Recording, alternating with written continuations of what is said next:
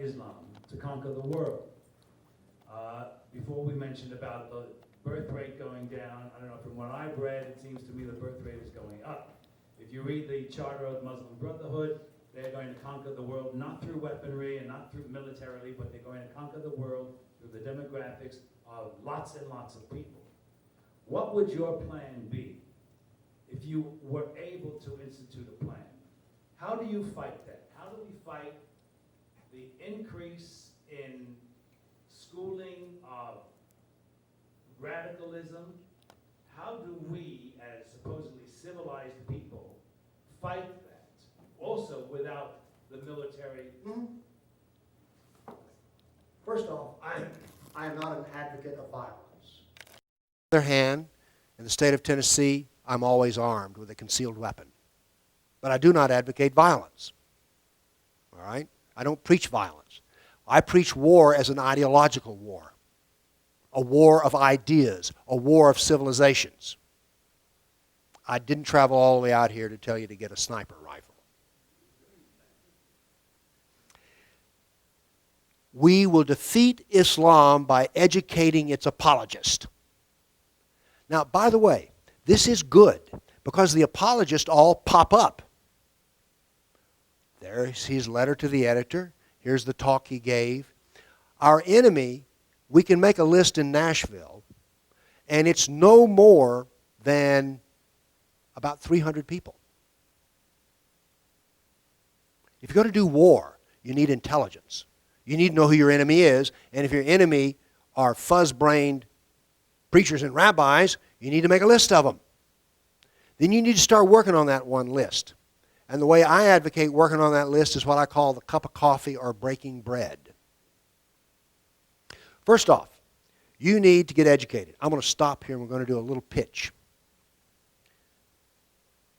I have pondered this question of how do we educate people for a long time. I first thought when I was able to produce a Quran that was readable, but it was about this thick, I thought religious scholars would run and jump on it. Not so. I found when I thought that I had interpreted who Muhammad was in the Sirah and the Hadith and made it all readable, that people would run up and buy the books. So they didn't. I'm very active in Nashville, Tennessee with the politics of Islam. I'm not a national figure, but locally, everybody knows me. I use the interstates more than the 737. We were doing lobbying down at the state legislature, where for 3 straight years we have been down there passing bills that limit Islam. Tennessee was the first government to pass Tennessee law for Tennessee courts. It is now forbidden in Tennessee for a judge to reach over to the Sharia just because it's a Muslim family in front of him. He is forbidden to do that. So being down there, last year I said to myself, we were going to bring forth a Sharia bill, and I said we need to start educating the legislators. Now I've done enough lobbying to realize I could walk a little in their shoes, okay? And I knew that they lived in a fire hose of information. So I said to myself, how can I take a 1,400-page Sharia law text and make them read it? See, they've all been told they can't understand it. Remember, Islam is a religion based on the Quran, and you can't understand it. So I said to myself, I'll make it understandable, and what I'll do is I'll write a book on Sharia law that is 1/8 of 1 inch thick. 46 pages of print. Well, it turns out they would read it. Every legislator in Tennessee has seen this book. It's called the Little Red Book, the Sharia book. As a consequence of this, by the way, 3 Mondays ago, I sat in a room at a restaurant in which 1/3 of the state legislature of Tennessee, along with the Secretary of State, Homeland Security, and General whatever who's in charge of the Tennessee Guard, sat and listened for an hour-and-a-half presentation on the Muslim Brotherhood. You need to get 1/3 of the California Assembly to sit down for the same lecture. You do it by knocking on doors. You take them. This is not, to make a football analogy, there's no forward pass. This is snap the ball, dust, and 3 or 4 yards. You do the same thing again and again. It's a ground game. You go door to door.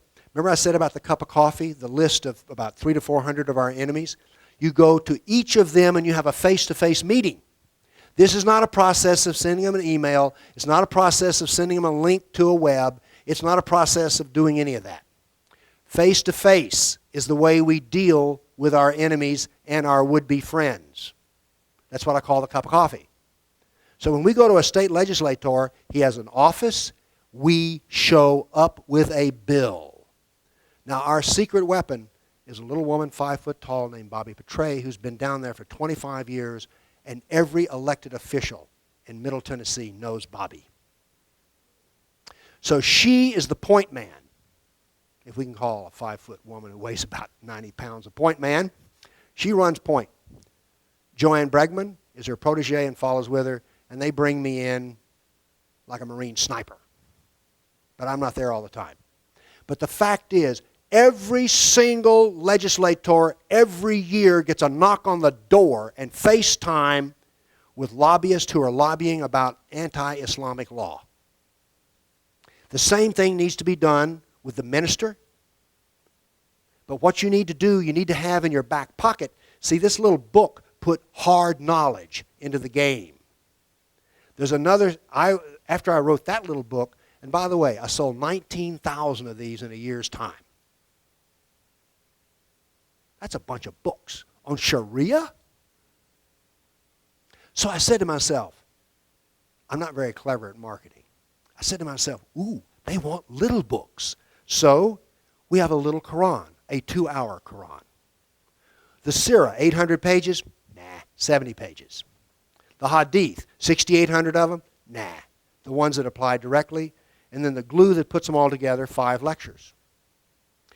In Tennessee, in Nashville, if you're an Act for America member and you want to do volunteer work, you have to take the training. It's called the Foundations of Islam.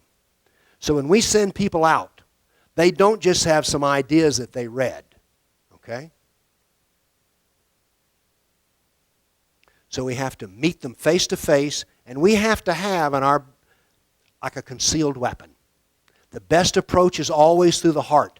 But you need to have this stuff in the background because they're going to mouth something about Islam. And if you've read this, instead of rolling your eyes in your head, you say, let me tell you the rest of the story. Or let's look at the other half. Okay? We must go armed with knowledge. This is an ideological war. How do you go to ideological war and not have knowledge? It has to be sure and certain knowledge. But the beauty of this is that every single paragraph, if you're reading in the Sirah, the life of Muhammad, that little phrase, and Muhammad said, kill every Jew you can lay your hands on, and you go, that's too much. He didn't do that. Every one of these paragraphs has a little index number that will take you back to the master text. And instead of the paragraph being that long, it's that long. Yep, that's what he said. So this is sure and certain knowledge. It's a deadly weapon. You got to have that, and then meet them face to face. Not an email. Now, look, I send out emails, all right, and I run a website, but it's better face to face. Next question.